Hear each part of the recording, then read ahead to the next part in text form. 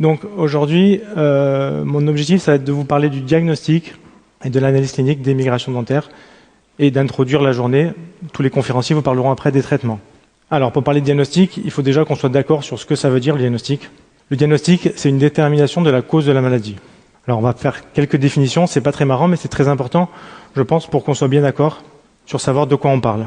Le symptôme, c'est un écart par rapport à la normale qui est remarqué par un patient. Par exemple, la mobilité, c'est un symptôme, c'est pas un diagnostic. Le diagnostic d'une mobilité sera par exemple un traumatisme occlusal primaire ou un traumatisme occlusal secondaire. Un signe, c'est l'indication objective d'un fait ou d'une caractéristique médicale. Par exemple, si on remarque une perte osseuse, ça sera un signe, mais ça ne sera pas un diagnostic. La diagnostic, par exemple, ce sera une parodontite agressive, même si ça, c'est l'ancienne classification. Donc, pour résumer les petites définitions, après on va essayer d'être plus concret. Donc, le diagnostic, c'est une détermination de la cause de la maladie. Le symptôme, c'est un écart par rapport à la normale qui est remarqué par un patient. Donc ça, c'est le patient qui peut le remarquer. Le signe, c'est l'indication objective d'un fait ou d'une caractéristique médicale. Donc ça, c'est nous qui allons voir des signes. Donc la mobilité, comme je disais tout à l'heure, c'est un symptôme, ce n'est pas un diagnostic. Pareil, comme l'usure, c'est un signe, ce n'est pas un diagnostic. La perte osseuse non plus. Et enfin, avec un diagnostic, on pourra poser un pronostic. Le pronostic étant une prédiction des résultats de la maladie. Alors, il faut savoir, il faut bien prendre conscience que le pronostic aussi est relatif à l'âge. Ça veut dire que deux patients avec le même diagnostic n'auront pas le même pronostic. C'est-à-dire qu'un patient avec, par exemple, une parodontite agressive qui a 20 ans et celui qui a 60 ans, celui qui a 20 ans aura moins de chances d'arriver à la fin de sa vie avec toutes ses dents. Son pronostic sera moins bon. Donc c'est en anglais. La traduction, ça veut dire qu'il ne peut y avoir qu'un seul diagnostic possible. On peut avoir plusieurs plans de traitement. Cet après-midi, on verra les différents conférenciers qui nous présenteront leur plan de traitement pour les différentes pathologies, mais il ne peut y avoir qu'un seul diagnostic correct.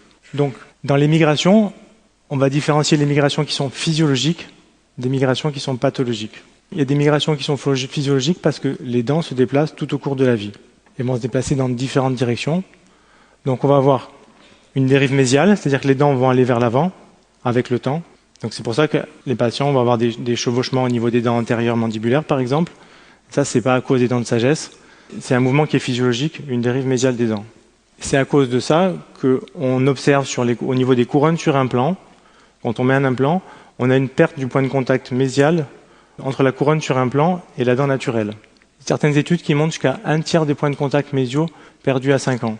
C'est-à-dire qu'on met un implant ici, toutes les dents, on a une mésialisation qui se fait. Du coup, ça c'est un cas à 3 ans, c'est le cas d'un ami à moi. À 3 ans, on a perdu le point de contact médial parce que les dents se déplacent. Ce qu'il faut comprendre, c'est qu'il y a une migration dentaire qui est physiologique, qui se fait tout au cours du temps. On a une migration aussi dans le sens vertical, c'est-à-dire que les dents vont tendance à égresser naturellement. C'est un implant qui a été mis il y a quelques années, le bord libre était au même niveau que les autres, mais comme les dents ont égressé physiologiquement, on se retrouve avec un décalage de bord libre. Au niveau des tissus mous, c'est pas parfait, mais c'est pas l'objet du jour. Là, pareil, on a des implants qui ont été mis au niveau des incisives latérales canines et en bas à la mandibule ici. Donc vous voyez, les dents naturelles, elles ont égressé dans le temps, parce que les implants, ils sont restés au même niveau. Ce qui est important de retenir, c'est que cette migration physiologique, elle se fait tout au cours de la vie. C'est pas à la croissance, ça s'arrête pas. C'est pour ça qu'il faut faire attention quand on met des implants au niveau antérieur.